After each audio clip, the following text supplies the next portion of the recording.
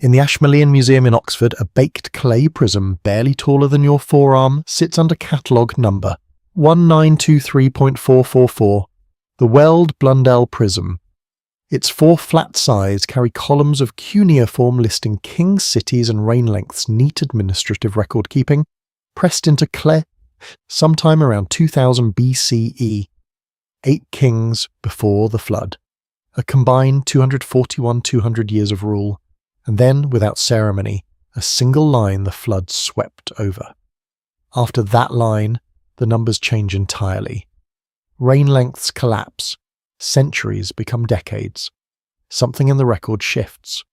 Whatever altered those numbers, the Sumerian texts suggest it may have been moving long before the water arrived. Tonight this investigation follows a question the Sumerian record raises quietly, but persistently with the Anunnaki, those the tablets name the ones of heavenly descent who are on Earth, not punishing a civilization, but withdrawing from something they could no longer hold in place.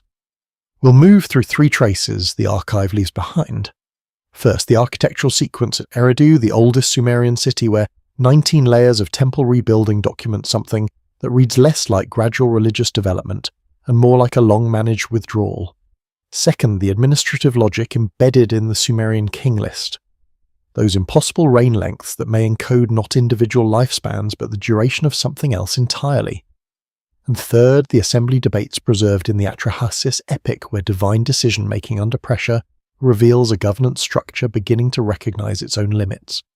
We hold no conclusions in advance. The tablets do not permit that. What they offer is pattern, and tonight we read it slowly. The clay itself has always been the medium here. Not stone carved for permanence, not papyrus composed for elegance, clay pressed in haste, in routine, in administrative obligation. The scribes who produced these tablets were not poets. They were record keepers, temple accountants, inventory clerks tracking grain containers and labour assignments with the same careful hand they used for everything else. When they documented the movement of sacred objects from one precinct to another, sealed, catalogued, transferred with what the language describes as deliberate urgency, they were doing what scribes always do, maintaining continuity of information for whoever came after. That habit is what survives. Thousands of tablets recovered from the Nippur excavations between 1889 and 1900, now distributed across collections in Philadelphia, London, Oxford, Baghdad and Berlin. Administrative records, legal transfers, astronomical observations, agricultural calendars, and embedded within this archive when read as a system rather than in isolation, something scholars continue to return to a pattern of organized departure. Not allegory, not obvious myth. Pattern. The tablets describe divine beings abandoning cities before disasters struck. They record assembly meetings where decisions were contested, not unanimous. They preserve instructions given by specific deities who appear to be preparing human populations for an absence, not as punishment, but as something closer to operational handover before conditions became unworkable. Consider one detail the tablets carry without ceremony. The word recorded on CBS 10,673. A clay tablet from the Penn Museum, barely the size of your palm, recovered from ancient Nippur, uses the Sumerian term key for departure. Standard administrative language, unremarkable in most contexts. But here it appears, with the determinative marker normally reserved for divine subjects. The scribes, in other words, may have been recording something they understood quite literally. Not the theological withdrawal of divine favour, but the departure of a presence that had been resident. Some scholars suggest this distinction carries weight. Others consider it a reading too far. The tablet itself does not resolve the question. It only holds it pressed into clay waiting. What the Sumerian texts do not do, and this absence is perhaps the more interesting feature, is describe returns. The departures are documented. The departure ceremonies survive across the lament genre, preserved for multiple cities Nippur, Lagash, Eridu. Each follows the same procedural sequence. A patron deity petitions the divine assembly to spare the city. The assembly refuses. The deity performs formal withdrawal. Then the city falls. In every case, the gods depart to somewhere described only as their distant dwelling. a phrase that for a civilization capable of mapping the heavens with astronomical precision and tracking hundreds of deities with detailed genealogies is conspicuously imprecise. That imprecision might be the most honest detail in the entire archive. It may suggest the scribes preserving these records did not know the destination, or it may suggest something quieter and stranger, that those departing did not know where they were going either. Only that remaining was no longer viable. The Anunnaki, as the Sumerian tradition names them, across more than 2,000 years of Mesopotamian literature, are described not as solitary powers acting on individual will, but as a council, a distributed administrative structure. Beings with extraordinary capability operating within a larger cosmic arrangement they did not fully control. They convened in formal assembly to make decisions. They required consensus. They held specific domains, not the whole, and those domains required active maintenance to remain stable. That framing matters for what follows, because if they were administrators rather than absolute authorities, then their withdrawal from the cities they governed becomes less a theological mystery and more a governance question. What does a system do when the conditions it was built to maintain begin to fail beyond the reach of available solutions? The Sumerian record read carefully and without conclusion may have preserved something of their answer. We begin at Eridu, the first city, the oldest temple, the place the Sumerians themselves called the location where kingship first descended from heaven. 19 layers of architecture wait beneath the Iraqi desert, each one pressing slightly closer to the question of what it means when a presence that arrived with fully formed knowledge chooses over centuries to leave. So we follow the first trace down through the layers where the clay holds what the words do not say outright. The first temple and the first silence. In the winter of 1946, archaeologist Fuad Safar arrived at a low mound rising from the southern Iraqi desert, approximately 24 kilometers southwest of the ancient city of Ur. The site was called Tel Abu Shahrain. The local landscape offered little to suggest significance. Flat winds scoured the colour of old bone, but the mound itself was deeper than it appeared.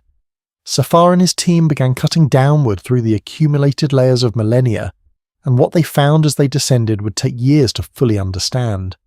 They reached at the lowest level a small rectangular structure sitting directly on the undisturbed virgin soil. No earlier occupation layer beneath it. No evidence of gradual settlement accumulating towards some eventual decision to build. The structure was simply there on the Earth's surface as if placed rather than grown. It measured roughly 4 by 5 meters. Its walls incorporated buttresses and recesses that served no obvious load-bearing function, but established a decorative rhythm that would persist in Mesopotamian sacred architecture for the next 3,000 years. And its orientation, the precise alignment of its corners to the cardinal directions, required deliberate surveying. Someone had measured before they built. That detail is small, and yet it refuses to settle quietly into the background of the story. This was Eridu, the city the Sumerians themselves called Nuni, the place of the sweet waters. Every surviving version of the Sumerian King List names it as the location where kingship first descended from heaven. Every major cosmological tradition from the region roots its origin narrative here at this place in this desert beside what was once a freshwater shoreline at the edge of the ancient Persian Gulf. The Sumerians did not treat this as legend requiring interpretation. They treated it as administrative fact. The first city, the first temple. The first point of contact between the earthly realm and whatever resided above it. What Safar's excavations revealed across 3 field seasons was a vertical sequence of 19 distinct architectural layers within the temple precinct designated Temple 1 at the surface down through Temple 19 at the base. Each layer represented a rebuilding or significant modification of the structure dedicated to Enki, the god of water wisdom, and the subterranean freshwater ocean the Sumerians called the Abzu. The sequence spans approximately 2,000 years from around 5,300 BCE in the Ubaid period to roughly 3,000 BCE at the beginning of the early dynastic period. 2,000 years of continuous temple occupation, 2,000 years of rebuilding in the same location on the same orientation for the same patron deity. The accumulation of that devotion is what created the mound Safar climbed in 1946. But within that sequence, the rebuildings are not uniform. and that unevenness is where the record begins to ask questions it does not answer. The earliest layers, temples 19 through 15, spanning roughly 5,300 to 4,800 BC, show systematic expansion. Each rebuilding increases the structure's footprint and elaborates its interior organization. By Temple 15, the building measures approximately 12 by 7 meters with multiple chambers and altar, platform and facade decoration. The settlement surrounding it has grown correspondingly, though the temple complex continues to occupy the highest ground and command the most substantial construction resources. Archaeological deposits from these levels contain thousands of fish bones, primarily marine species, suggesting the temple controlled fishing operations along the ancient shoreline. This was not a place of passive worship. It was an economic center, a household, a working administrative node embedded in the landscape. And then at Temple 7, dated to approximately 4,200 BCE, the sequence changes in ways that the excavation reports note with careful neutrality, but which are difficult to read without a growing sense that something interrupted the pattern. Temple 7 abandons the orientation that had been maintained without deviation for over 1,000 years. The layout becomes irregular, almost experimental, with multiple construction phases within a single stratigraphic level, suggesting, as Safar's reports document, either successive modifications in rapid succession, or the dismantling and partial reconstruction of something that was not working. The walls are thinner, the foundations are less substantial, and the residential quarters, the sleeping platforms, storage, alcoves, and domestic facilities that had characterized every earlier temple level are absent. This temple no longer houses permanent occupation. Whatever lived here before no longer lives here. Sediment analysis from the relevant excavation levels offers one partial explanation. The water table beneath Eridu was rising during this period. The site positioned near the ancient Gulf shoreline was becoming vulnerable to groundwater intrusion. The sweet water that gave the city its name was in a very literal sense encroaching on the structures built to honor the god of that water. Whether that environmental pressure explains the fuller character of the disruption at Temple 7 is something the record leaves open. The construction quality degrading the residential function, disappearing the orientation shifting these changes arrive together, not sequentially. Some researchers treat this as convergent crisis response. Others consider it the ordinary variability of long-term institutional building practices. The detail that resists easy resolution is the simultaneity. Everything changes at once, and nothing returns to what it was before. The subsequent layers, Temples 6 through 1, oscillate between attempted restoration of earlier grandeur and pragmatic reduction of scale. By Temple 1, constructed around 3000 BCE, the structure has grown to nearly 60 by 80 meters. It is enormous, but its interior has transformed entirely, a vast central space for public ceremony, minimal service quarters and no residential facilities whatsoever. The god has stopped living at Eridu.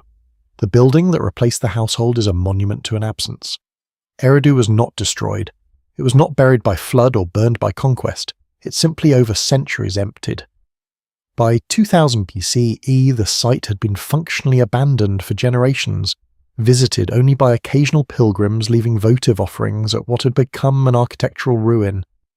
A temple that the Sumerians continued to revere as the first place the gods descended had become a place where those gods were addressed in the past tense. We carry that sequence with us as we move forward, 19 layers pressed into the desert at the bottom one built as if someone already knew what a temple should look like, and the last one too large for anyone to live in. The architecture remembers. The question is what it remembers about. The numbers that should not work. One date sits in the record like a stone in still water, sending rings outward that reach further than seems reasonable. The Weld Blundell Prism Catalogue, number 1923.444 in the Ashmolean Museum at Oxford, a baked clay column approximately 20 centimetres tall, opens its king list with a figure that mainstream scholarship has never fully resolved. Alulim, first king of Eridu, ruled for 28,800 years. His successor Al-Jar ruled for 36,000. Across 5 antediluvian cities, 8 kings accumulated a combined reign of 241,000, 200 years before the flood swept over, and that list without comment moves on to the next dynasty. The numbers are not presented as mythological approximation or poetic exaggeration. They are recorded in the same register with the same scribal precision as the post-flood dynasties, whose lengths archaeology can partially verify. The prism does not distinguish between them. It simply lists them one after another as administrative fact. The conventional responses to this have remained relatively stable since the prism was first studied in the early 20th century. One position treats the antediluvian reigns as pure theological symbolism, primordial kings belonging to a golden age beyond historical time, their impossible longevity, signalling cosmic remoteness rather than literal duration. The other position suggests scribal error.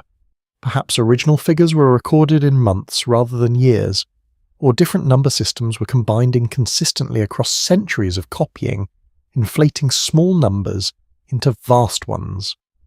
Both explanations carry weight, and neither has been entirely discarded by the field. But both also encounter specific difficulties when pressed against the prism's actual mathematical structure, and that structure is where the record becomes genuinely strange.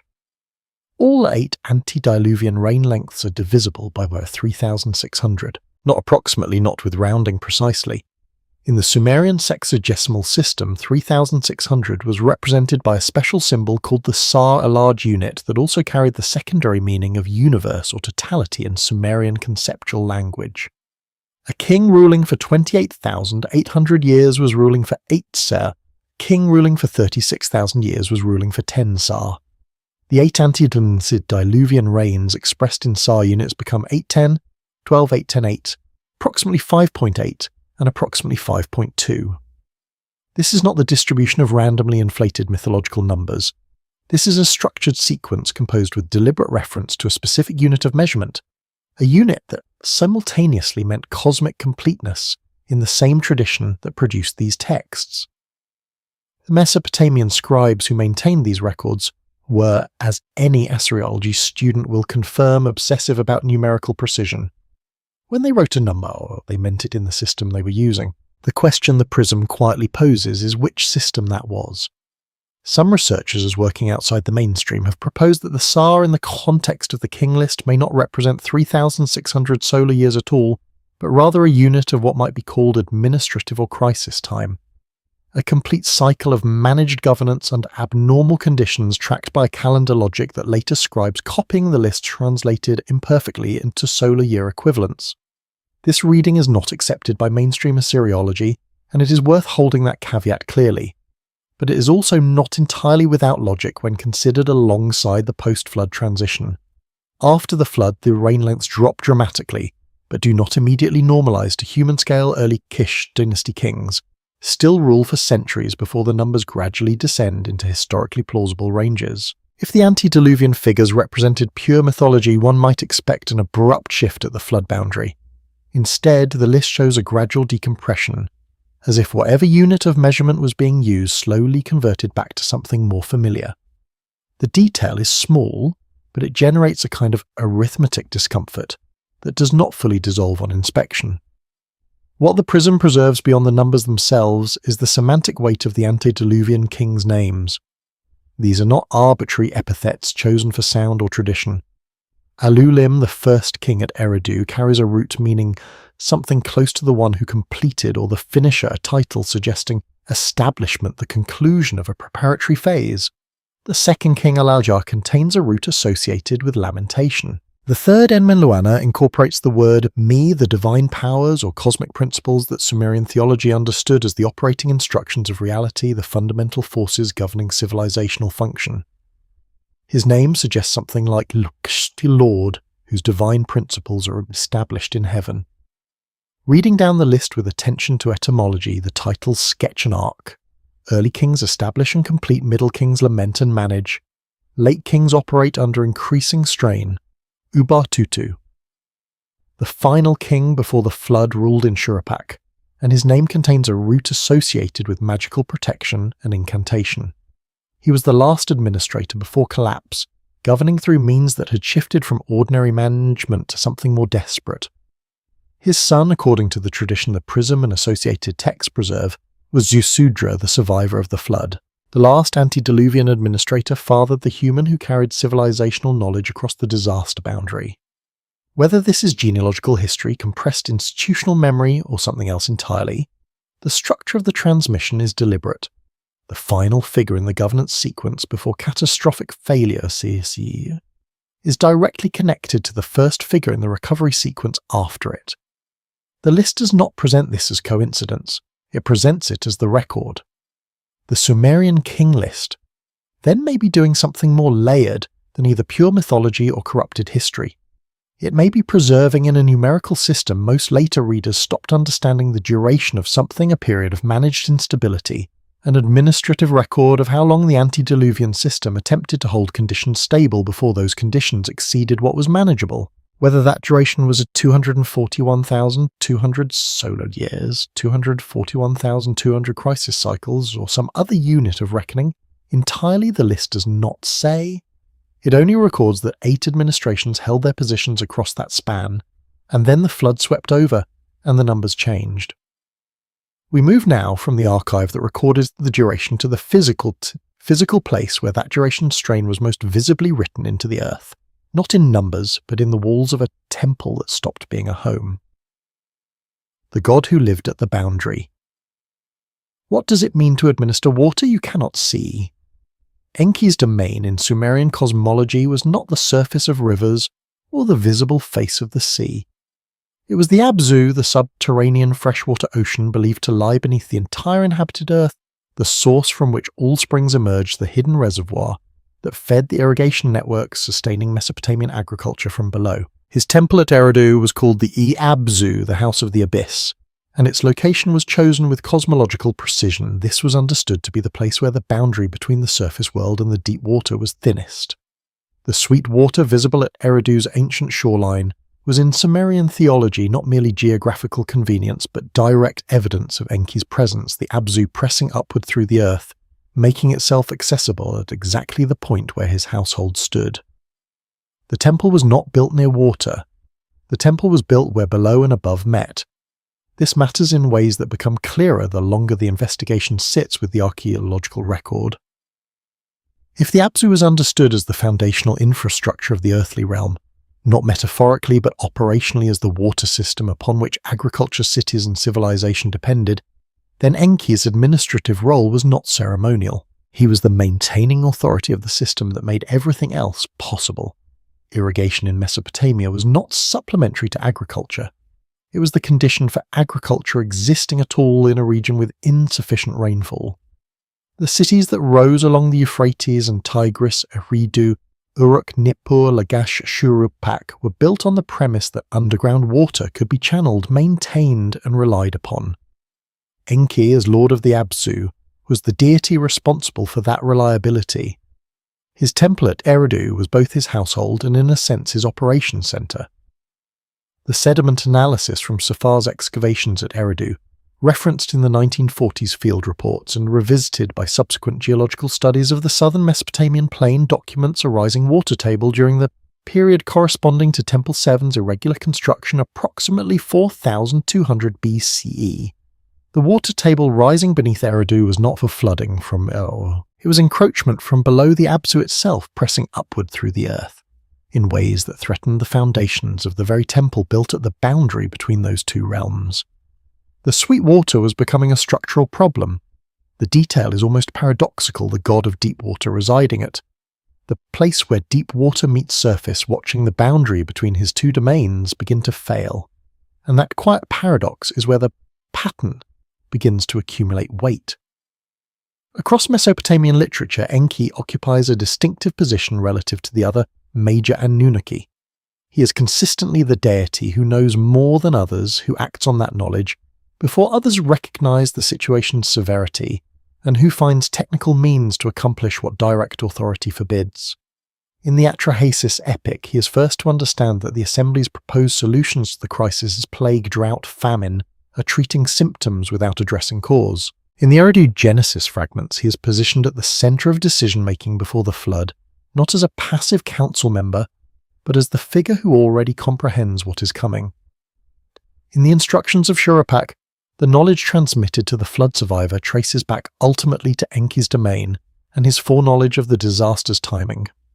Some researchers suggest this pattern reflects Enki's status as a god of wisdom. In a general sense, he is clever. He finds loopholes, he solves problems laterally. But the specific character of his foreknowledge across these texts is not generic cleverness. It is domain expertise. He knows what is coming because what is coming is happening in the system he administers.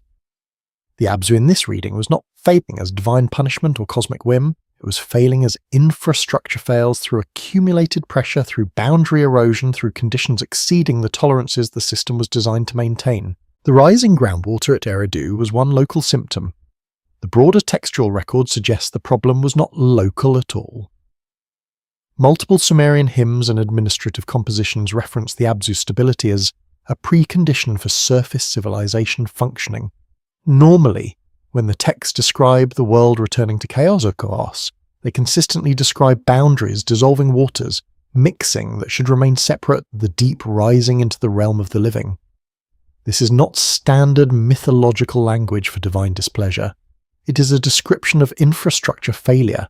The categorical separation between realms that maintained stability was breaking down. Enki's behavior across the flood narratives becomes legible against this background. A deity who understood that the Abzu was destabilizing would understand that the Assembly's debate about human populations missed the fundamental problem. Reducing the number of humans would not stabilize the groundwater boundary. It would not repair whatever was causing the deep waters to press upward through the Earth's foundations. The Assembly was diagnosing a system failure as a personnel problem, and Enki positioned at the site where the failure was most directly visible, administratively responsible for the domain, most actively breaking down possessed information that made that diagnosis appear insufficient. His dissent from the Assembly's consensus, documented across 3 independent textual traditions, reads differently when framed this way, not as emotional attachment to human beings, but as the technical objection of an administrator who understood the scope of the problem more completely than his colleagues. There is one further detail worth sitting with before we move forward.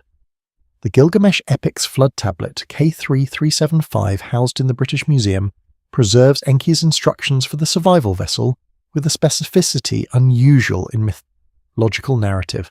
The boat is to be built as a perfect cube, its width and length equal its roof, constructed to match the proportions of the Abzu itself. This is not standard shipbuilding. A cubic vessel is hydrodynamically inefficient. It does not move well through water, but it is extraordinarily stable. It cannot be capsized by wave action. It sits in water the way a sealed container sits, maintaining its internal environment regardless of external conditions. Enki designed a vessel that replicated in miniature the stable enclosed geometry of his own domain. If the catastrophe he anticipated involved the boundary between Abzu and surface dissolving catastrophically, the deep waters rising not as a rain from above but as structural collapse from below, then the survival vessel was not a boat navigating a flood. It was a portable Abzu, an isolated system capable of maintaining the conditions for life, independent of a larger infrastructure that was failing around it. The architecture at Eridu records the slow erosion of Enki's earthly household. The King List records the duration across which that erosion was managed before it became terminal. What remains to examine is the document that may have been composed specifically to prepare someone for the world on the other side of that terminal moment, the instructions left for a son who would need to rebuild without the system his father administered. The manual left behind. A tablet measuring 6.8 by 7.2 centimeters sits in the Cheyenne collection under the catalogue reference MS2788. Baked clay, dense cuneiform pressed across both faces, and along the left edge the script miniaturized with the particular economy of a scribe who had much to record and limited surface to record it on. The colophon, the identifying line that closes the text, names the document as the instructions of Shuruppak, son of Uba-Tutu, to his son Ziusudra, the same Ziusudra who survives the flood in Sumerian tradition. The same Uba-Tutu who appears in the King List as the last antediluvian king of Shuruppak, the final administrator before the waters came. This small clay tablet, in other words, claims to preserve the words spoken by the last ruler of the last city before civilizational collapse, to the son who would carry knowledge across that collapse and begin rebuilding on the other side. The oldest substantial copy of this text, and The Abu tablet, now housed at the Oriental Institute in Chicago, dates to approximately 2600 BCE, but linguistic analysis of the composition structure places the original considerably earlier, possibly by several centuries. Multiple copies survived from different Mesopotamian cities across different periods, suggesting the text was not obscure curiosity, but core transmission material, something schools copied and circulated because it was considered essential to preserve. What is less immediately clear on a first reading is why. The text presents itself as paternal wisdom, a father advising a son on agriculture property, social conduct, trade, and personal discipline. This is a recognized genre in ancient Near Eastern literature. Egypt produced it, Israel produced it, Mesopotamia produced several examples. The assumption that shapes most scholarly readings of the instructions of Shuruppak is that it belongs to this tradition of timeless practical ethics advice for living successfully within an established social order. But the specific content of the advice does not sit comfortably in that category, and that discomfort is worth examining rather than smoothing over.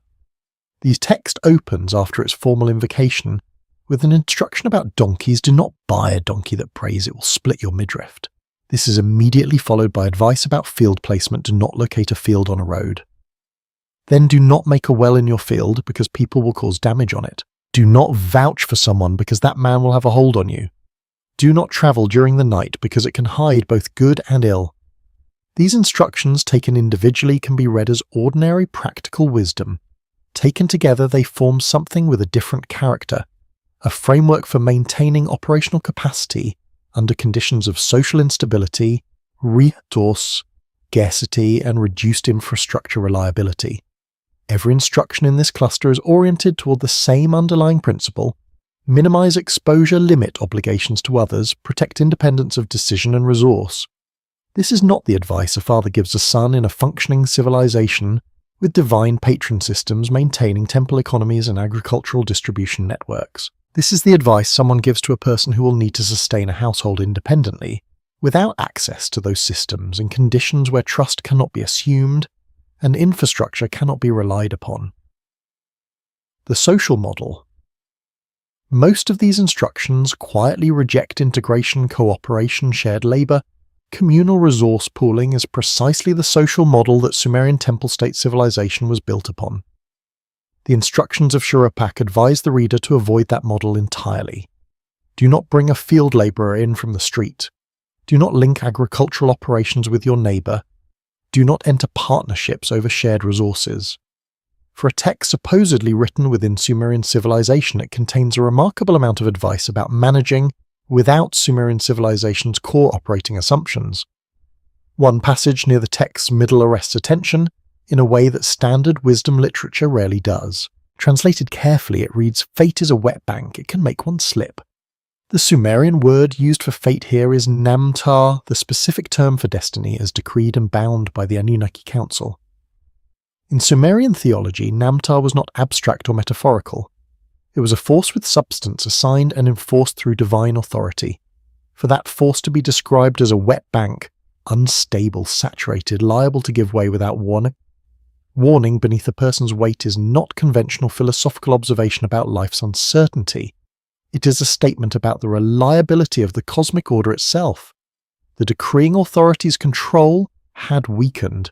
The foundation that should have been solid was eroding, and the person receiving this instruction should not assume it would hold. Embedded within the practical agricultural and social guidance, the text repeatedly insists on a principle that exceeds normal parental concern. The instructions of an old man are precious. Do not neglect them. Do not transgress the words I speak. This emphasis on intergenerational transmission, not just respecting parental authority, but ensuring specific knowledge survives into the next generation, regardless of whether that generation immediately understands its necessity, has the quality of someone who knows the systems that normally carry knowledge forward will not survive the coming disruption. Temple archives, scribal schools, priestly transmission networks, all of these would be destroyed or disrupted by catastrophic collapse. The only reliable vector for preserving essential knowledge across that disruption was the direct human bond between a father and a son who had been made to memorize what mattered before the archive was gone. Near the text's conclusion, after hundreds of lines of practical instruction, appears a passage scholars have noted as tonally anomalous in the debris of the city the pigeons moan. By the debris of the city walls, the sparrows nest. The city that is destroyed cannot be rebuilt. The wall that is demolished cannot be restored. Wisdom literature offering timeless advice for successful living does not typically include lines describing irreversible destruction. The city that cannot be rebuilt is not a metaphor for bad decisions or moral failure.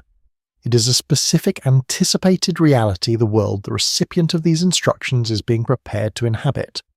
Not the world of Shuruppak with its temple estates and divine patron systems. The world after Shuruppak where the pigeons have moved into the ruins and the rebuilding must begin from almost nothing. What Shurupak's instructions do not contain is in some ways as significant as what they do.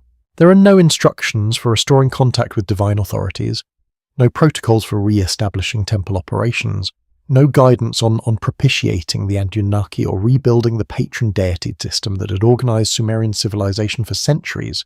The recipient is being prepared for a world without those systems, not temporarily disrupted, but structurally absent. Someone who knew what was coming had concluded that the post-flood world would not be a restoration of what came before, but something genuinely new, built by human effort without divine administrative support. We carry that absence forward now into the assembly where the decision about that absence was made. The assembly and the decision that could not be undone. The text of the Atrahasis epic does not begin with the flood. It begins with a labour dispute.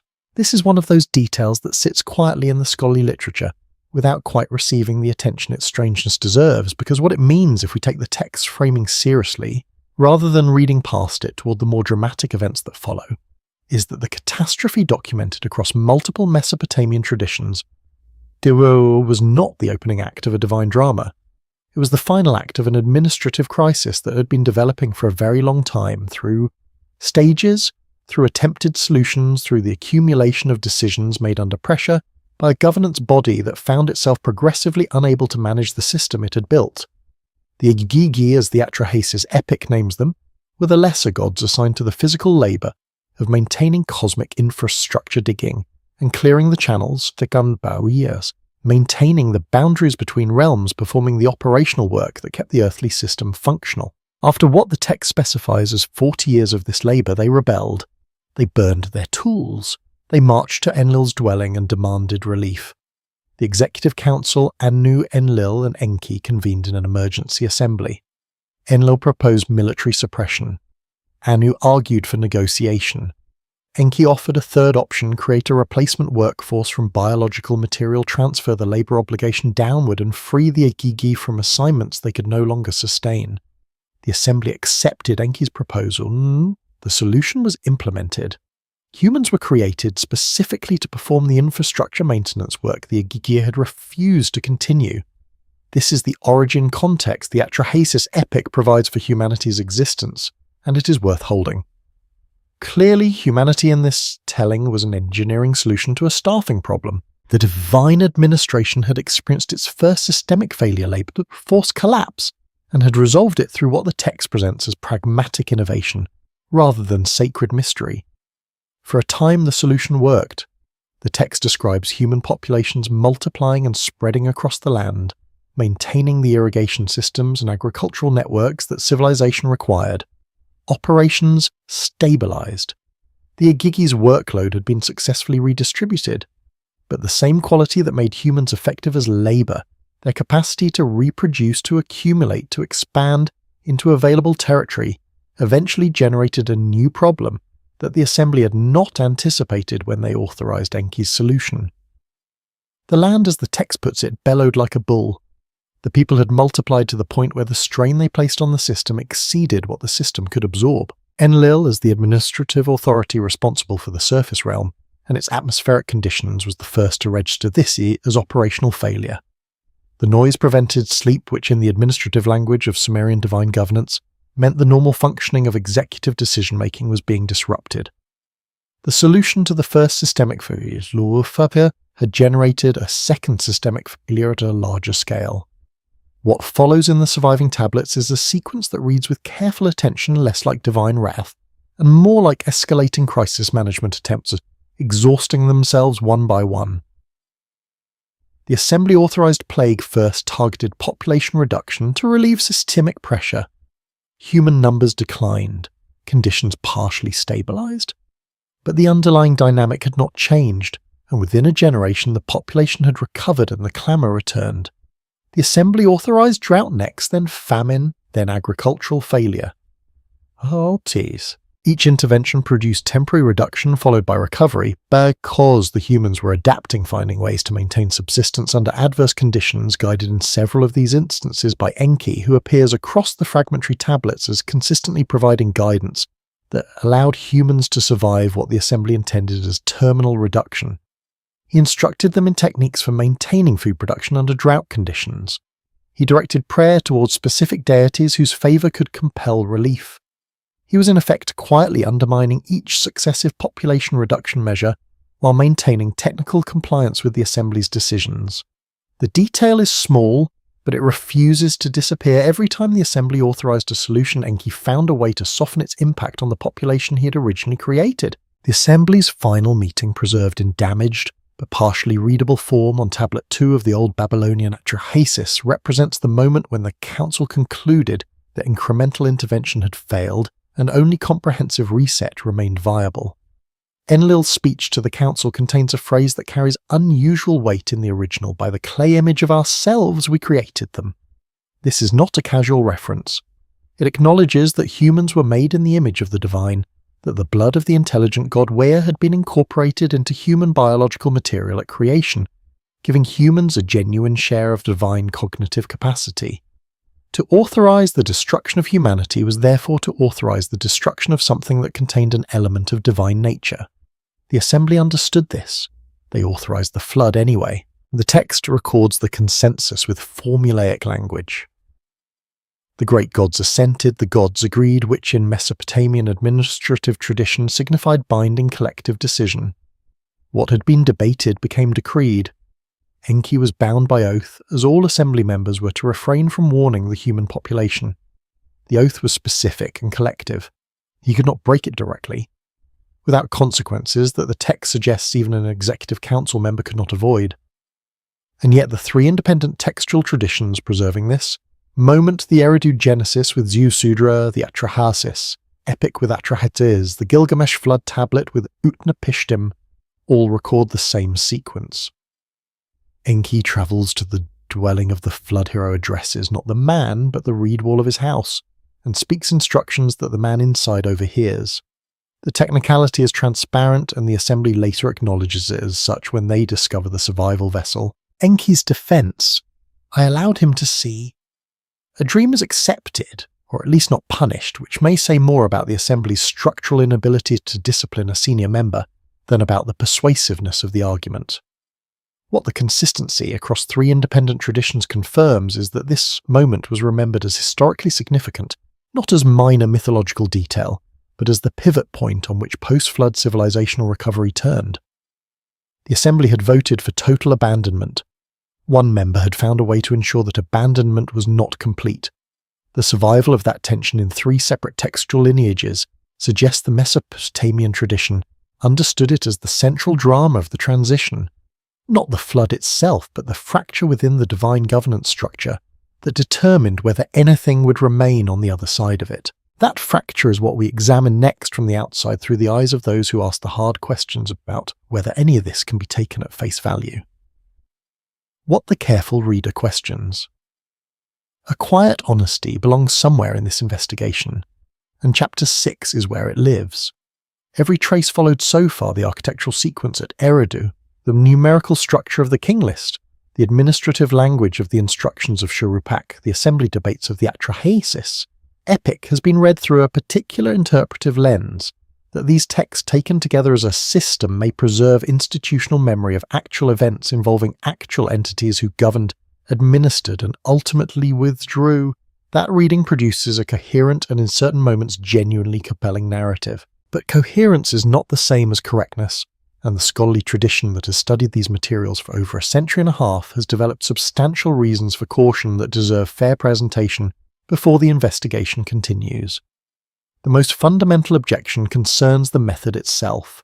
Reading across multiple independent texts to identify a unified pattern is an interpretive act, not an archaeological discovery. The Atrahasis epic The Sumerian King List, the instructions of Shuruppak. The city laments and the Eridu temple sequence were not composed by the same scribes in the same period for the same purpose. They spanned centuries and originated in different institutional contexts: royal legitimation, scribal education ritual, mourning, administrative record-keeping.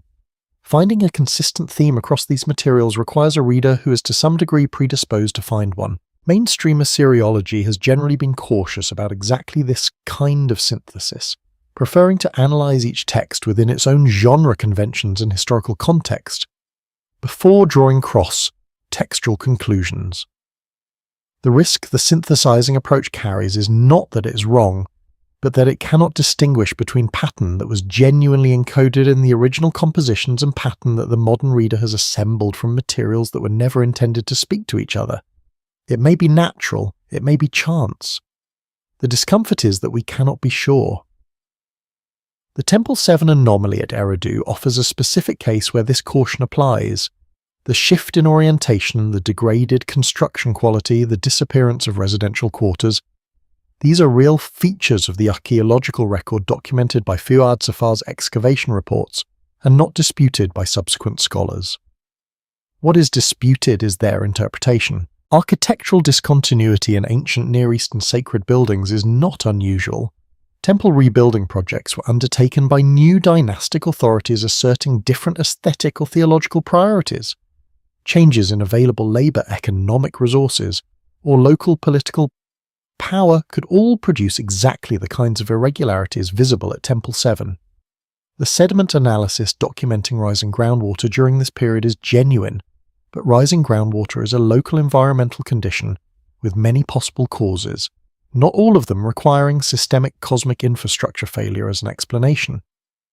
The transition from residential temple to ritual theatre across the sequence from Temple 7 to Temple 1 may reflect changing theological concepts about divine presence, a gradual shift from anthropomorphic deity as resident toward more abstract divine authority, rather than the literal departure of a physical presence. Scholars like Thorkild Jacobson, whose work on Mesopotamian religion remains foundational, argued precisely this. The architectural evolution reflects changing human theological imagination, not changing divine behaviour. The Sumerian King List presents a similar tension between what can be demonstrated and what is being proposed. The mathematical observation that all 8 antediluvian rain lengths are divisible by 3,600 is verifiable and genuinely interesting. The SAR unit's dual meaning as both a large number and a concept of cosmic totality is attested in Sumerian lexical texts, but the step from these numbers are structured around the SAR unit to these numbers represent crisis cycles rather than solar years is not a small one, and it does not have direct textual support. No Sumerian document explains the King List's antediluvian figures as crisis time measurements. No scribal commentary from the tradition itself offers this interpretation. The proposal relies entirely on the modern interpreter's inference that the numbers make more sense this way, which may be true, but inference is not evidence. The months rather than years explanation, which mainstream scholarship has long entertained, produces antediluvian rains of roughly 2,400 to 3,000 months, still long by human standards, but within the range of legendary exaggeration documented in other ancient Near Eastern king lists, including those from Egypt and early Mesopotamian dynastic tradition. Both interpretations fit the numbers, neither has been conclusively established by the textual record itself. The instructions of Shuruppak raise a third concern. The reading of this text as disaster recovery documentation, operational security protocols for navigating post-collapse conditions without divine administrative support is creative and internally consistent, but it requires the text to mean something other than what its genre conventions suggest. Ancient Near Eastern wisdom literature routinely offers practical, specific, economically oriented advice. The Egyptian instruction of Tertep, composed approximately contemporaneously, contains instructions about property management, labour relations, and social positioning that could, with selective reading, be made to sound like crisis preparedness. The biblical book of Proverbs contains advice about avoiding guaranteeing others' debts, limiting social obligations, and protecting household resources, all of which appear in the instructions of Shuruppak, and all of which can be explained as ordinary prudential advice for maintaining prosperity in any ancient agricultural economy under normal conditions. The passage describing cities that cannot be rebuilt is tonally distinctive, but destroyed cities were a recurring feature of Mesopotamian political history. Referencing them in a wisdom text does not necessarily encode foreknowledge of civilizational collapse, and yet, and this is where the investigation finds itself unable to simply set the skeptical position down and walk away from it, the pattern does not fully dissolve under these objections. 3 independent textual traditions preserving the same violation of divine consensus by the same deity remains a genuinely unusual feature of the record. The architectural sequence at Eridu, whatever its cause, remains real. The mathematical structure of the King List remains unexplained by any interpretation that fully satisfies the precision the Sumerian scribal tradition applied to everything else it recorded. The objections are valid. The questions they raise are necessary. What they do not do quite is close the case. The pattern persists quieter now, but still present, still asking to be read. We carry both the questions and the pattern forward into what the city laments preserve. The ceremony of leaving. The Yale Babylonian collection holds a set of tablets that scholars classify under the heading of Sumerian city, laments a genre of ritual text that emerged suddenly in the written record around 2000 BCE and continued to be composed and copied for centuries afterward. These are not narratives of battle or triumph, they are formal documents of loss composed in a register that carries the weight of official record-keeping, even as their emotional texture is unmistakably grief. The lament for the lament for Sumer and Akkad, the lament for Nippur, the lament for Eridu. Each follows a structure so consistent across independent compositions that scholars have identified it as a distinct literary genre with fixed procedural requirements, and within that structure one sequence repeats without variation across every surviving example. The patron deity of the city petitions the divine assembly for protection. The assembly refuses, the deity performs a formal departure ceremony, and then only then the city falls. The goddess Ningal, patron of Ea, is preserved in her lament as a figure of sustained procedural anguish. She does not flee her city in panic. She presents her case before the assembly in language that the tablets record with the formality of legal petition. She prostrates herself, extends her arms, pours out tears, described as being like sweet drink before Anu himself. She argues that her city has served faithfully, that her temple has been maintained, that the obligations between patron deity and city have been honoured from both sides. The assembly listens. The assembly refuses. The text records their decision in the same administrative language used for any binding collective decree. And then Ningal departs. The lament describes this departure with the vocabulary of formal ceremony, not hurried evacuation, not desperate flight, but structured withdrawal following the established protocol.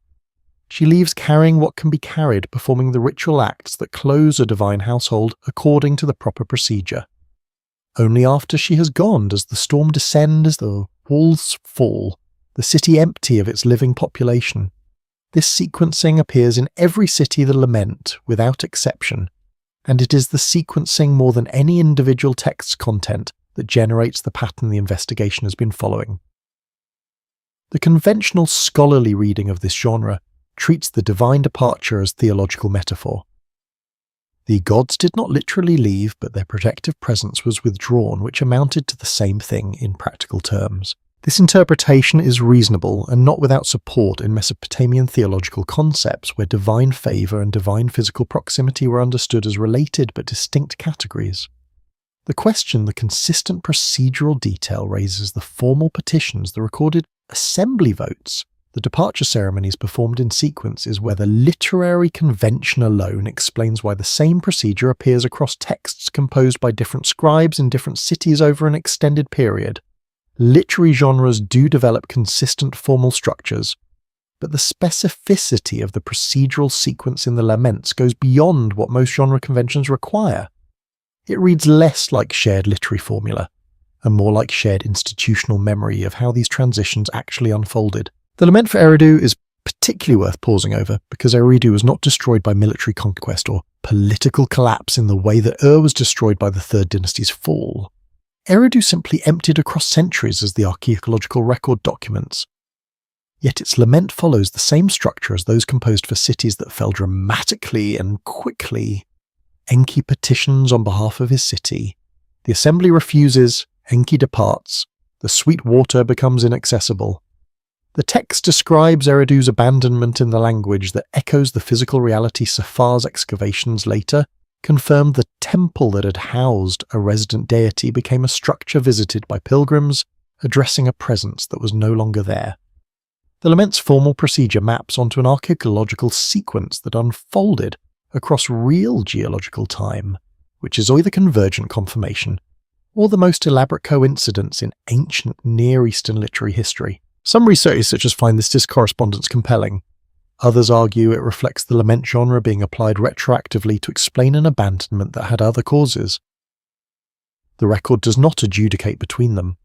What the laments preserve beyond their procedural structure is something harder to categorize: the human experience of divine absence as a specific kind of loss distinct from ordinary disaster. The text describe Ningal-Enlil Enki and the other departing deities not as having been driven away, but as having made a decision contested, mourned, formally executed to withdraw. The cities that lost their patron deities did not lose them to superior force. They lost them to a decision made in assembly, ratified by collective authority, and implemented through established procedure. This framing shifts the emotional character of the lament significantly. They are not theodicies asking why a good god allowed destruction. They are records of institutions that withdrew communities left to manage without the administrative authority that had organized their existence, scribes preserving testimony to the moment when the presence that had made the city meaningful was formally and procedurally gone. One detail surfaces in the lament text that has received relatively little attention in mainstream scholarship but carries weight in the context of this investigation. Several laments describe the departing deities as travelling to what the texts call a pure place or a distant dwelling. Phrases that, as noted earlier, provide no geographic or cosmological specificity. But the lament for Nippur adds a small elaboration absent from the other examples. The departing Enlil is described as going to a place where these are gathered, where the fundamental operating principles of reality have been collected and secured. The Ami in Sumerian theology were not abstract ideals.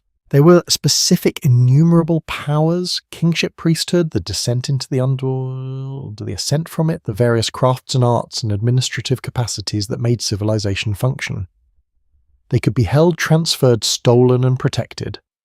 For the departing Enlil to be travelling toward the place where the Ami have been gathered suggests something more specific than vague divine retreat. It suggests a destination where the fundamental capacities of civilizational governance have been consolidated and secured against whatever was threatening their dispersal.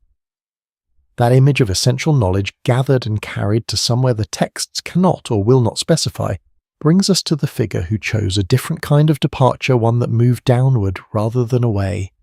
The descent that found no exit. At the seventh gate of the underworld, the goddess Inana stood without a single symbol of her authority remaining. She had entered the first gate wearing the crown of the step, and the gatekeeper had taken it. At the second gate, her lapis lazuli measuring rod. At the third, her necklace of small lapis stones. At each successive threshold, another implement of power surrendered, another layer of divine capacity stripped away according to what the text calls the ancient rites, the fixed rules of the underworld laws that applied to all who entered regardless of their status in the realm above. By the seventh gate, Inanna was naked and bowed low. She entered the throne room of Ereshkigal, her sister ruler of the land of no return, carrying nothing. And Ereshkigal, without negotiation, killed her. The text records this with the same flat administrative tone used throughout the goddess fastened on Inanna. The eye of death spoke against her, the word of wrath uttered against her. The cry of guilt and struck her. Inanna was turned into a corpse and hung on a peg. She remained there for 3 days and 3 nights before anyone above noticed she had not returned. The conventional reading of this text, preserved across tablets from the British Museum and the Penn Museum, the two primary sources for the Sumerian version of the descent, treats it as a seasonal fertility myth. Inanna's death and resurrection mirrors the agricultural cycle, her absence from the upper world explaining winter's withdrawal of abundance, her return coinciding with spring's renewal. This interpretation has a long scholarly history and genuine textual support. Inanna's associations with grain fertility and the natural abundance of the earth are well attested throughout Mesopotamian literature. The seasonal reading is not wrong, so much as it may be incomplete because the text's operational detail, the preparation before descent, the rescue protocol established in advance, the specific failures of every deity except Enki to provide effective assistance exceeds what a straightforward mythological allegory about seasons typically requires. Seasonal myths do not generally include contingency planning. Before she descended, Inanna gave explicit instructions to her minister Ninshubur. "If I do not return in 3 days," she said, "set up a lament for me in the assembly hall. Beat the drum for me in the houses of the gods. Go to Nippur, and the temple of Enlil go to Ur, and the temple of Nana go to Eridu, and the temple of Enki implore them one by one in that sequence until someone acts." The sequence itself carries information, Enlil first, then Nana, then Enki last, as if Inanna already understood which deity was most likely to respond effectively, and structured her rescue chain to reach him only after the others had failed. Ninshubur followed these instructions precisely when Inanna did not return. Enlil refused citing the ancient rites. Whoever descends to the underworld is bound by its rules, and intervention from above violates the fundamental principle separating the realms. Nana refused for the same reason. Only Enki responded. And his response was not a declaration of divine authority overriding the underworld's laws, but a technical workaround he created, 2 small beings from the dirt beneath his fingernails, beings so slight and nondescript that they could pass through the underworld's gates without triggering the laws that stripped power from gods. They carried the food of life, and the water of life touched Inanna's corpse 60 times each, and she was revived. The underworld had been navigated not through force, but through the exploitation of a classification loophole. The same method Enki had used to warn Atrahasis through the reed wall rather than directly. What the descent documents beyond its narrative surface is a systematic investigation of whether the underworld remained accessible as an alternative realm during a period when the surface world was deteriorating. Inanna, in this reading, was not descending impulsively or out of mythological necessity. She was testing a route. The 7 gates she passed through were not merely symbolic thresholds but actual checkpoints in a boundary system that regulated transit between realms, a system requiring active administration to remain functional, staffed by gatekeepers who performed their roles with the precision of institutional procedures. The fact that those gatekeepers operated normally following the ancient rites without deviation confirmed that the boundary system between upper and lower realms was still functioning. The underworld's infrastructure had not failed the way the Abzu's boundary appeared to be failing at the surface, but the test produced a conclusive result that was not encouraging. Ereshkigal herself, the underworld's administrative authority, was suffering. The text describes her in labour, crying out in pain, not the composure of a deity in command of her domain, but the distress of one trapped in conditions she cannot change or escape. She rules the land of no return because she cannot leave it. Her domain functions, but it extracts a permanent toll from whoever maintains it. Inanna's return was only possible because Enki possessed the specific technical knowledge to create beings capable of navigating the underworld's classification system, and because Inanna had established the rescue protocol before she descended. Without both of those conditions being met simultaneously, she would have remained on the peg. And even with her return secured, the underworld demanded a substitute. Someone had to remain below in her place to maintain the boundary between realms. Her husband Dumuzi was eventually taken, spending half of each year in the land of no return, while his sister Geshtanana took his place the other half. The boundary required permanent human or divine cost to remain functional. This is the detail that most directly connects the descent to the larger pattern of the investigation. The cosmic infrastructure separating realms did not maintain itself.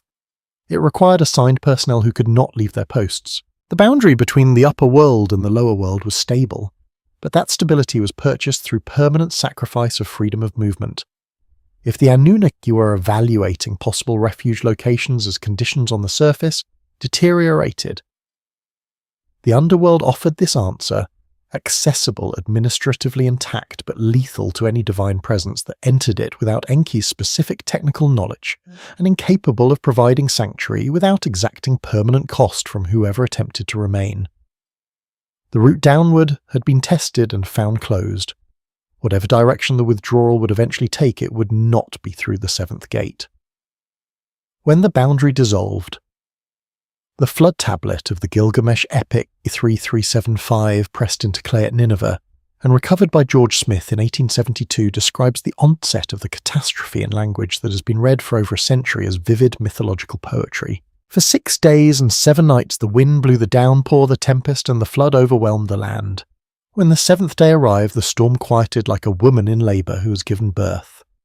But embedded within this poetic register are specific phrases that resist comfortable classification as purely literary description phrases that recur across the independent flood accounts in forms too consistent to be explained by shared literary convention alone. The land was shattered like a pot. The fountains of the great deep burst open. These are not meteorological observations. They are descriptions of geological and structural failure of the Earth's surface, fracturing, of underground reservoirs breaking the containment of boundaries that were supposed to remain fixed between realms suddenly failing to hold. Whatever the flood accounts are preserving their consistent language points toward the something that came from below as much as from above. The distinction matters because it changes what kind of event the flood was. Rain falling from the sky, however, catastrophically is a surface phenomenon. It accumulates, it flows. It eventually recedes as drainage systems reassert themselves. But if what the texts describe as fountains of the great deep bursting open reflects something more literal, underground water reservoirs under pressure, exceeding their geological containment boundary layers between aquifers and surface collapsing, catastrophically, then the event's character shifts from weather disaster to structural failure of the Earth itself. The rising groundwater documented at Eridu, the sweet water becoming a threat rather than a support, the Abzu pressing upward through foundations built at the boundary between realms. These are not isolated environmental footnotes. They may be early symptoms of the same process that eventually reached critical failure and manifested as the event all three textual traditions describe. The flood in this reading was not the beginning of the crisis. It was the moment the crisis exceeded the Earth's structural capacity to absorb it. What the gods did when that moment arrived is recorded across the Atrahasis epic and the Gilgamesh flood tablet, with a detail that tends to be passed over quickly in favour of the more dramatically satisfying elements of the narrative they fled. The gods were frightened by the deluge and went up to the heaven of Anu, the Atrahasis tablet records. They cowered like dogs crouched outside. This image being's described throughout the textual tradition as those who decree fate, who hold monopoly over the cosmic principles governing reality, who convened formal assemblies to authorize the destruction of entire civilizations reduced to cowering like dogs against a wall, while the catastrophe they authorized overwhelmed everything, including their own positions, is one of the most unguarded moments in the entire Mesopotamian archive. It does not read like a deliberate theological statement about divine transcendence. It reads like honest documentation of what observers remembered that the gods, when the flood came, were afraid of it. Ishtar's lament, preserved in both the Atrahasis and Gilgamesh versions with remarkable consistency, deepens this impression. She cries out in the language of personal culpability, the olden days have turned to clay because I commanded evil in the assembly of the gods. How could I command evil in the assembly, ordering battle to destroy my people, for it is I who give birth to my people?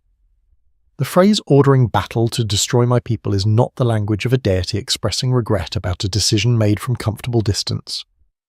It is the language of someone who voted for an action and then witnessed its consequences in a form she had not fully anticipated.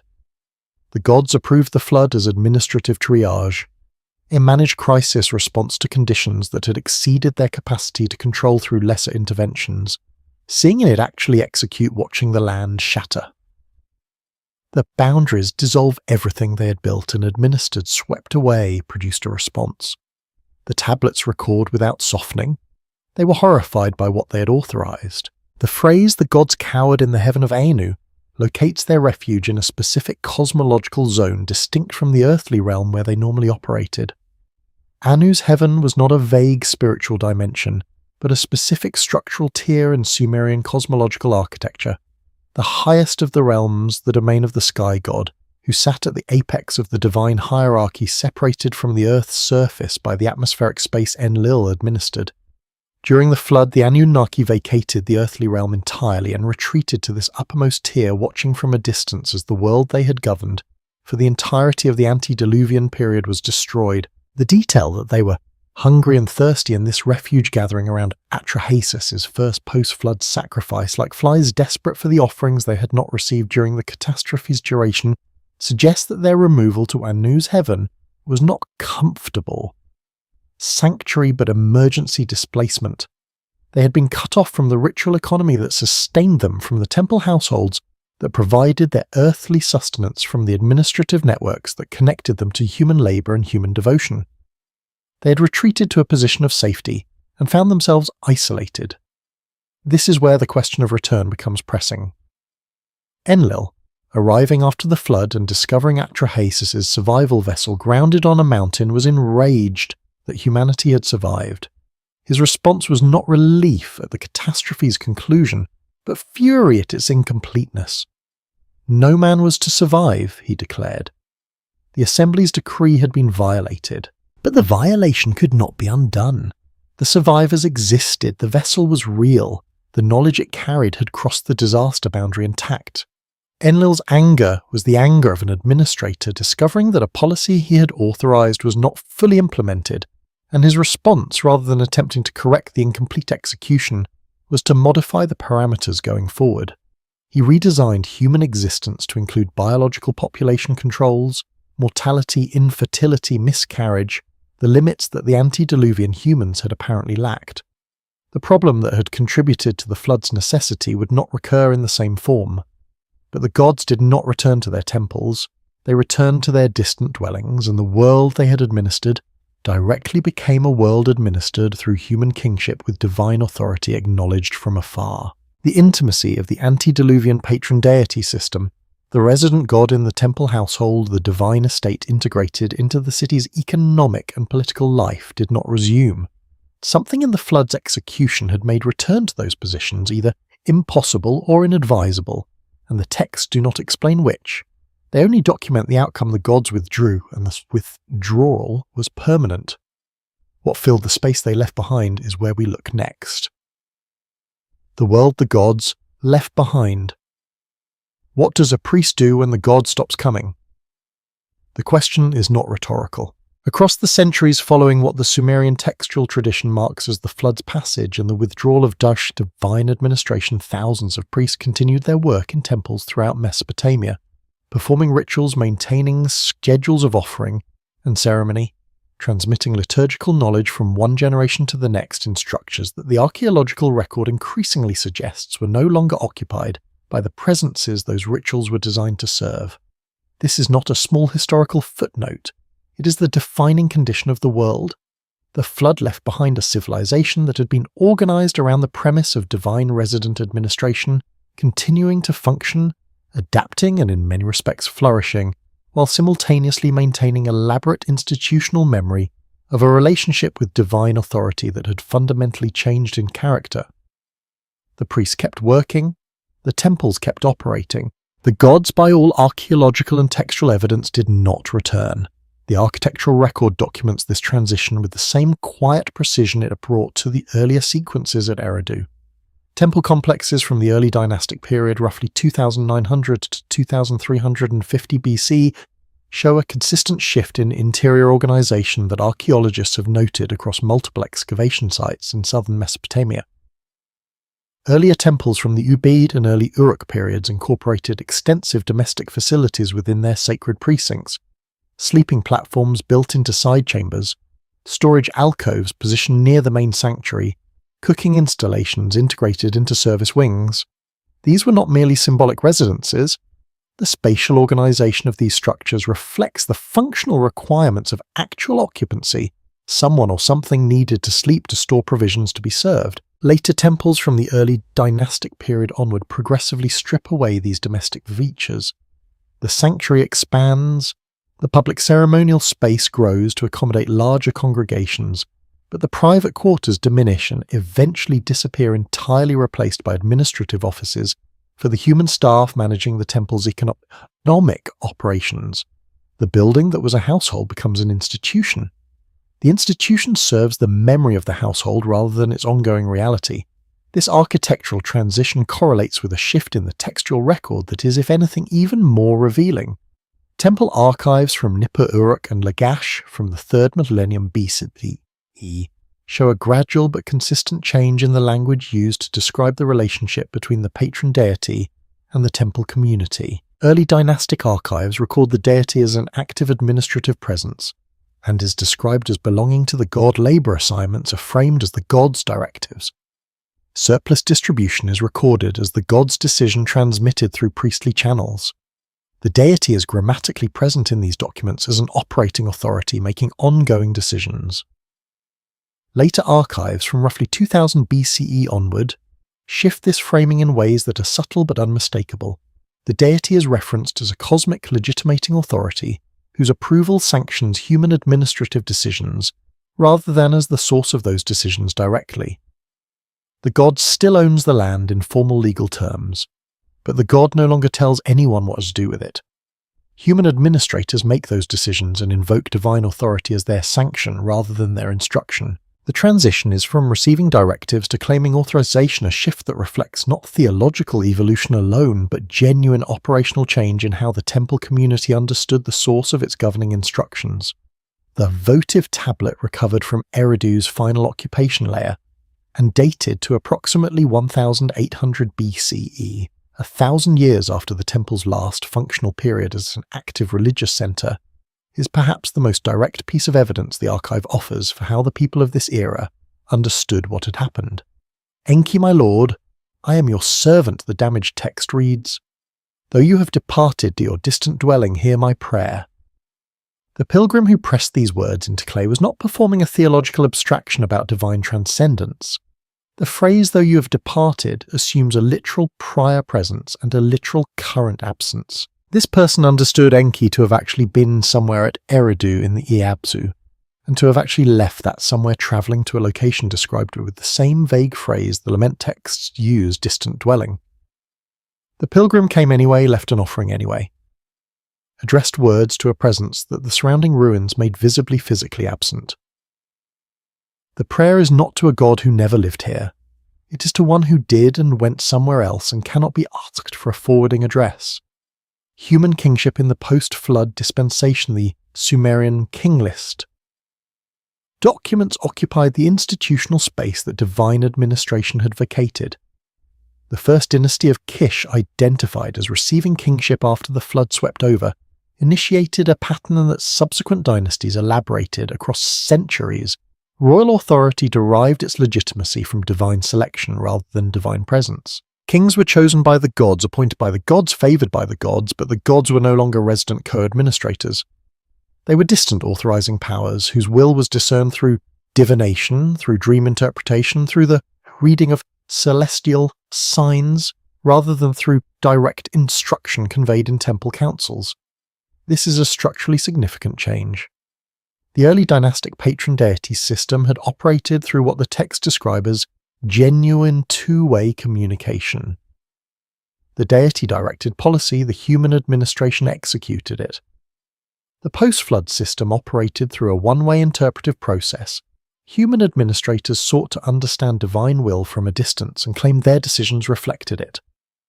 The accountability structure changed entirely. No one could ask the god whether the interpretation was correct. The Sumerian lament genre, emerging around 2000 BCE, can be read in this context as something beyond theological mourning for destroyed cities. It was institutional memory being formalized. The scribes who composed the lament for the lament for Eridu, the lament for Nippur were doing what the administrative tradition had always done, maintaining records. They were documenting in the formalized language of their professional genre that specific divine presences had been resident in specific cities, had petitioned for those cities before the divine assembly, had performed departure ceremonies according to established protocol, and had gone to destinations the record could not specify. This documentation served multiple purposes simultaneously. It explained current absence through historical narrative. It preserved the procedural memory of how the withdrawal had unfolded. And it maintained in archival form the claim that the relationship between city and patron deity had been real, not metaphorical, not symbolic, but operationally actual, in a way that the absence of the present moment could not retroactively erase. The civilization that rebuilt after the gods withdrew was not by any measure a lesser civilization than what preceded it. Mesopotamian culture produced its most architecturally ambitious structures, its most sophisticated literary compositions, its most elaborate legal codes and astronomical systems in the millennia following the antediluvian period. Human kingship proved capable of organizing labor, maintaining irrigation infrastructure, sustaining urban populations, and generating the administrative complexity that produced enduring records. The knowledge Enki had preserved through the warning to Atrahasis, through the instructions of Shuruppak's transmission chain, through the craftspeople loaded onto the survival vessel that knowledge had taken root. Civilization continued.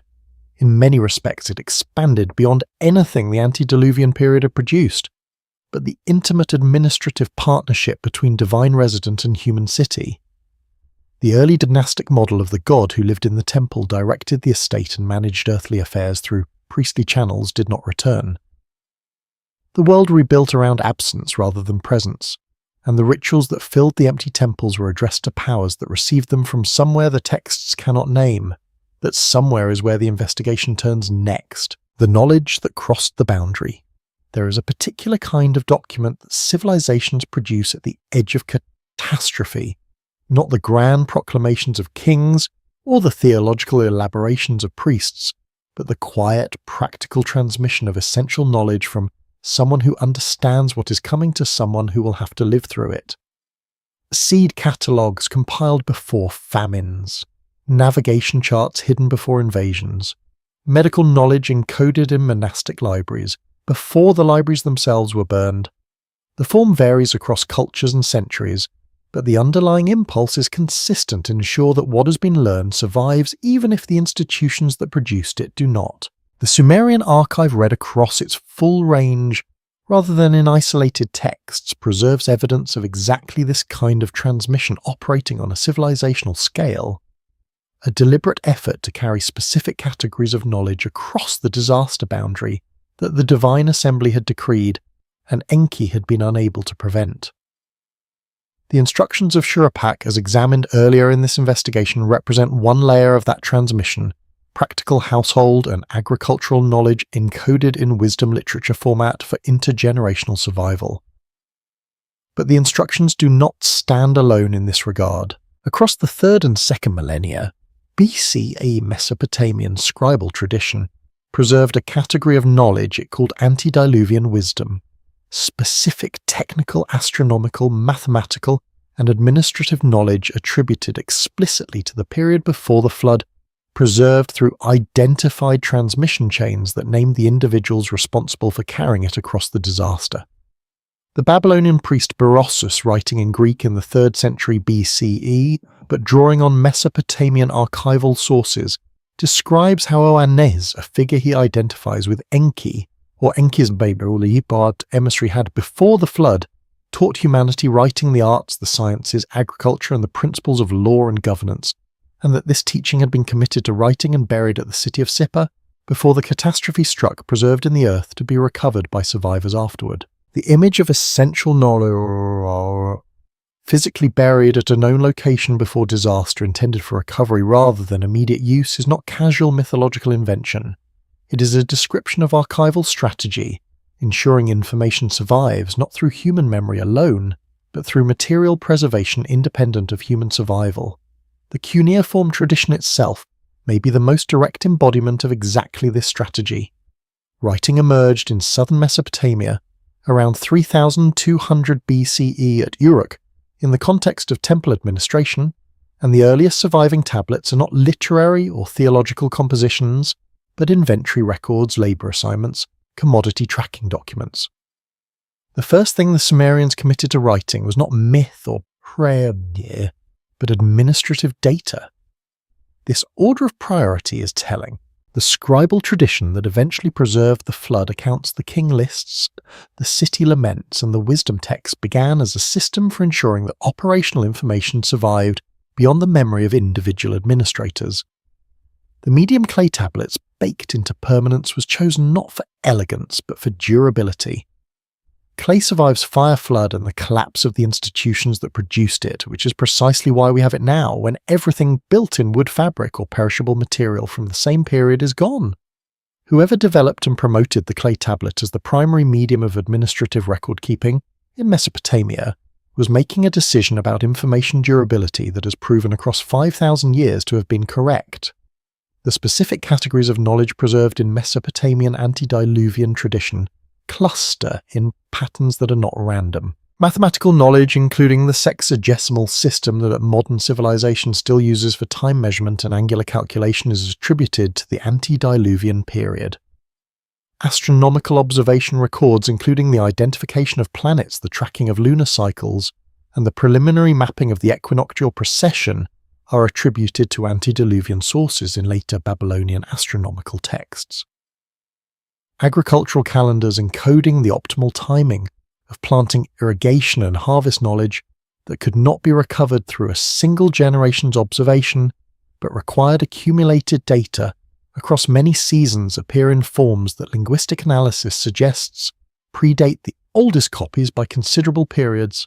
These are not the categories of knowledge that emerge organically from a recovering post-catastrophe population. They are the categories of knowledge that would need to be deliberately preserved and transmitted across a disaster boundary by someone who understood which information would be impossible to reconstruct from first principles by survivors with limited resources and time. Enki's role in this transmission is documented across multiple textual traditions in ways that go beyond the single act of warning Atrahasis. The Eridu Genesis fragments preserve references to ongoing communication between Enki and human administrators during the antediluvian period, not as crisis response but as routine transfer of technical and organizational knowledge. The text that scholars call Enki and the World Order describes him distributing the fundamental operating principles of civilization to specific cities, specific priests, specific craftspeople, assigning each category of essential knowledge to a human institutional carrier. This distribution is not presented as a single act, but as a systematic process, a deliberate dispersal of civilizational capacity across multiple redundant transmission nodes, so that no single catastrophic event could eliminate all of it simultaneously. If one city falls, another carries the knowledge forward. If one priestly lineage is broken, another preserves the same principle. The redundancy is structural, designed by someone who understood that any individual node of knowledge preservation was vulnerable to exactly the kind of catastrophic disruption the antediluvian period's deteriorating conditions made increasingly likely. The figure of Adapa preserved in fragmentary tablets from Tel El Amarna and Nineveh adds another dimension to this picture. Adapa was described in the tradition as the first of the 7 antediluvian sages, the Apkallu, who served as intermediaries between divine knowledge and human civilization, carrying specific technical wisdom from Enki's domain to the human cities that needed it. These 7 Apkallu are each associated with a specific antediluvian king and a specific city, suggesting a distributed certain network of knowledge transfer operating in parallel with the administrative structure the King List records. When Adapa was summoned before Anu in the highest heaven and offered the bread and water of immortality, he refused on Enki's advice, which the text that presents as protective, but which scholars have long noted might equally be read as strategic. An Adapa who remained mortal remained tied to the human transmission chain. An immortal Adapa became something else, removed from the practical work of ensuring knowledge moved between generations. Enki's advice kept his most important knowledge carrier embedded in the human world rather than elevated out of it. The transmission chain the antediluvian preparation established was not broken by the flood. It was bent, stressed, partially disrupted, but the redundancy built into it, the multiple carriers, the buried archives, the encoded wisdom literature, the astronomical and mathematical knowledge distributed across scribal schools in different cities ensured that enough survived to seed recovery. Mesopotamian civilization's remarkably rapid reconstruction of complex administrative, agricultural and astronomical systems in the centuries immediately following the 3rd millennium disruption suggests that survivors were not rebuilding from fundamental first principles, but reconnecting with preserved knowledge that had been specifically prepared for exactly this purpose. The recovery was too coherent, too technically sophisticated, too consistent with antediluvian knowledge categories to be fully explained by the independent reinvention. What remains is the question the entire investigation has been circling. Where did the ones who carried that knowledge, in its fullest form, actually go? The archive documents their departure. The laments record their absence.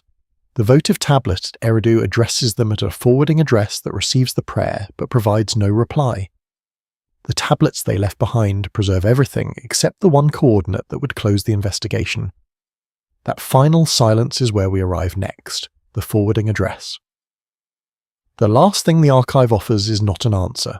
It's a posture, the posture of a civilization that continued maintaining records for something that had left addressing correspondence to a destination it could not name, preserving testimony to a relationship whose other party had withdrawn to somewhere the texts consistently refused to specify. The votive tablet from Eridu, dated to approximately 1800 BCE, is in this sense the investigation's most honest document. It does not claim to know where Enki went. It does not assert that he will return. It simply addresses him at the last known location, the abandoned temple, the empty Abzu, the place where the sweet water once pressed upward through the earth, and the boundary between realms was thin enough to feel, and speaks into the silence with the specific grammar of someone who understands that the recipient has moved, but left no forwarding address. The prayer is sent anyway. The clay is pressed carefully, the words formed with scribal precision, the offering left in the ruins. The absence is acknowledged and addressed simultaneously. This is what the Sumerian archive ultimately preserves across all its tablets and all its genres and all its thousands of years of careful copying and transmission, the documentation of a departure that was real enough to generate institutional memory lasting millennia, specific enough to be recorded in administrative rather than purely mythological language, and complete enough that no subsequent text in the tradition describes a return. The departures are in the record. The destinations are not.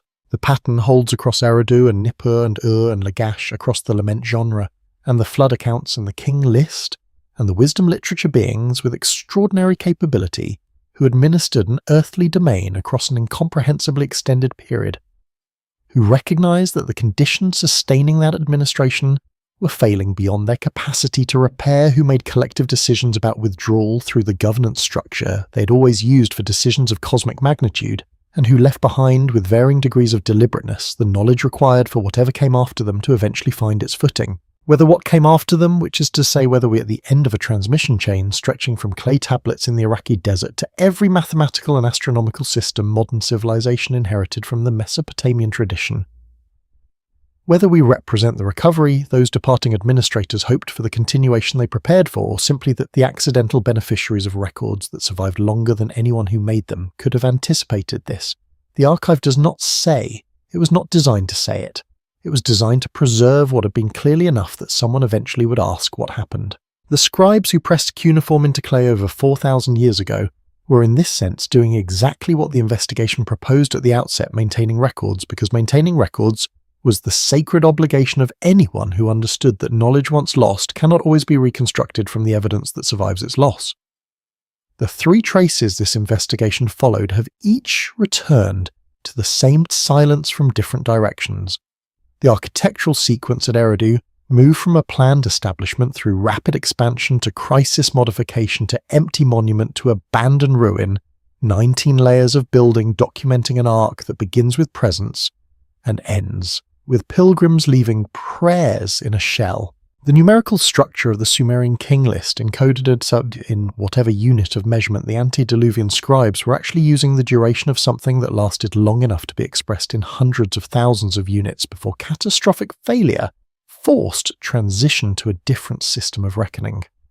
And the assembly debates of the Atrahasis epic preserved the moment when a governance body facing systemic failure it could not reverse made the administrative decision that most governance bodies facing terminal conditions eventually make to authorize controlled shutdown, rather than persist indefinitely in positions that had become untenable, while at least one dissenting voice ensured that controlled shutdown was not the same as total abandonment. The questions the tablets raise are not closed by this investigation. They are not meant to be.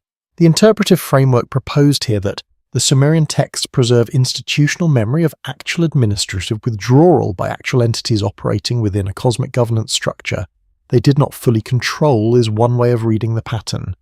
It is not the only way, and the skeptical tradition that treats these materials as theological imaginations, literary convention and mythological elaboration deserves the respect given to any serious scholarly position maintained across generations of careful textual analysis. What the investigation has tried to hold is the space between these positions, the space where the pattern is visible without being declared, where the evidence is named without being overstated, where the questions remain. Questions because the archive itself remains genuinely open, the tablets are still there, in climate-controlled vaults in Philadelphia and London and Oxford and Baghdad, in storage boxes that hold more cuneiform than any single researcher could read in a lifetime, pressed into the clay by scribes who understood that the medium's durability was the point. They were not writing for their contemporaries alone. They were writing for whoever came after, for the generation that would eventually ask what the record preserved, for the moment when someone patient enough to read slowly and carefully enough to sit with ambiguity would pick up the thread the antediluvian administration left behind and follow it as far as it goes. It goes here, to the silence at the end of the inquiry, to the empty temple and the forwarding address that receives no reply, to the distant dwelling the text cannot locate and the knowledge preserved for survivors who would need to build something new from the ruins of what the gods once administered directly. And then, for reasons the archive encodes but does not fully explain, could no longer stay to maintain. The clay holds what it holds. The rest drifts quietly into the spaces between what we know and what we are still learning to ask. The Weld Blundell Prism is still in Oxford. Catalogue number 1923.444. A baked clay column barely taller than your forearm sitting in its case in the Ashmolean Museum, while the city moves around it without particular awareness that it is there. The 4 flat sides still carry their columns of cuneiform, still list the 8 kings, and their impossible reigns still deliver the same quiet line without ceremony. The flood swept over. It has been delivering that line for 4,000 years to anyone patient enough to read it. Tonight it delivered it to you here in whatever quiet space you found for this investigation. The prism does not change with the reading. It only waits for the next question. What we have followed tonight is not a conclusion. It was never meant to be. The Sumerian archive is not a text that closes. It is a text that opens layer by layer each tablet, pressing its questions into the ones that follow each scribal hand, adding its mark to a transmission chain that began before writing was old enough to have conventions. We read fragments. We notice patterns. We sit with the discomfort of not knowing whether the patterns were placed there deliberately or assembled by the particular angle of our own attention. Both possibilities are honest, neither resolves the other. History is like that. Not a revealed truth waiting beneath the surface, but a residue, a sedimentation, the compressed record of decisions made by people, and perhaps by others, who understood that some things needed to outlast the conditions that produced them. The tablets do not ask to be believed. They only ask to be read carefully, and even then they offer no guarantee that careful reading reaches certainty. What they preserve is the texture of something that mattered enough to record the feel of institutions under pressure of administrators, recognizing limits of knowledge being packaged for transmission across a boundary no one could see past clearly. Whether those administrators were human or otherwise, whether the boundary was geological or cosmic or simply the ordinary catastrophe that ends every world eventually and begins the next one, the archive holds the question without answering it because the archive was made by people who were themselves living inside the question and could only document what they observed from that position. There is something that stays from an investigation like this one, even after the specifics begin to blur at the edges, the way they always do when sleep approaches. Not the dates, not the catalogue numbers, not the precise location of one temple layer beneath another in the Iraqi desert. What stays is the image of a scribe pressing words into wet clay in the knowledge that the clay once baked would outlast the hands that shaped it, outlast the building that housed it, outlast the civilization that trained those hands to hold the stylus correctly. The message placed inside the medium, the information trusted to the durability of the earth itself, which had proven over and over and over to be the most reliable archive anything has ever found. The pilgrim who left the votive tablet at abandoned Eridu around 1800 BC. The one whose prayer began, Enki, my lord, I am your servant. Though you have departed to your distant dwelling, that person walked through ruins to leave a message for someone who was no longer there. They did it anyway, and we read it now. 4,000 years later, the message intact, the ruins still standing, the distant dwelling still unspecified. Perhaps the most persistent question the tablets raise is not where the Anunnaki went, but what it means that we are still asking. That the chain of asking has not broken, that the clay held. Perhaps it means something. Perhaps it is simply what records do when they are made carefully enough and the earth is dry enough to preserve them. The tablets do not say which. They only wait in their climate-controlled vaults for the next question specific enough to draw their testimony forward. Rest now, traveller. The investigation is complete for tonight, and the archive will be here when the questions return as they always do in the quiet hours between one sleep and the next. Let the 19 layers of Eridu settle back into the desert. Let the prism sit in its case in Oxford patient as clay, holding its impossible numbers for whoever comes next. Let whatever you carried into this evening's listening set itself down gently beside you. And let the space between knowing and not knowing be for now simply the dark which is not an absence of something but the condition in which the oldest things rest. The clay holds, the rest can wait until morning.